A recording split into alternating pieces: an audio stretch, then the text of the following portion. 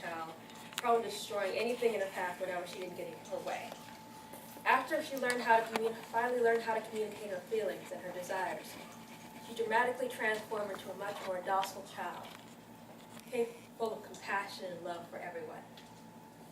And in a short period of time, she went from a child who couldn't speak at all to someone who spoke in one-word sentences, to complete sentences, and was capable of reading and writing in Braille, as well as writing with a pencil in the span of a few months. Today I'm going to talk to you about Helen's first Christmas, which is two versions of it. One where Helen tells it in her own words and from her book, The Story of My Life, and from Anne Sullivan's letters, the person who taught her how to speak to the world, and her letters to her best friend, Mrs. Hopkins. The Story of My Life by Helen Keller, Chapter 8. My first Christmas with Miss Sullivan after Miss Sullivan came to Tuscumbia was a great event.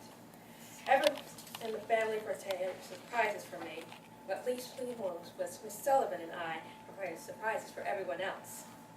The mystery that surrounded the gifts was my greatest assignment, delight and amusement. My friends did all they could to excite my curiosity by hints and half-spelled sentences which they pretended to break off at just the nick of time. Miss Sullivan and I kept up a game, guessing which taught me more about the use of language than any set of lessons could ever done.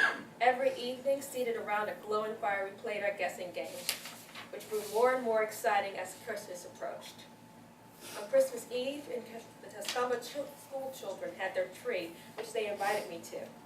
In the center of the schoolroom, a beautiful tree ablaze in the shimmering and the soft light, and branches loaded with strange, wonderful fruit.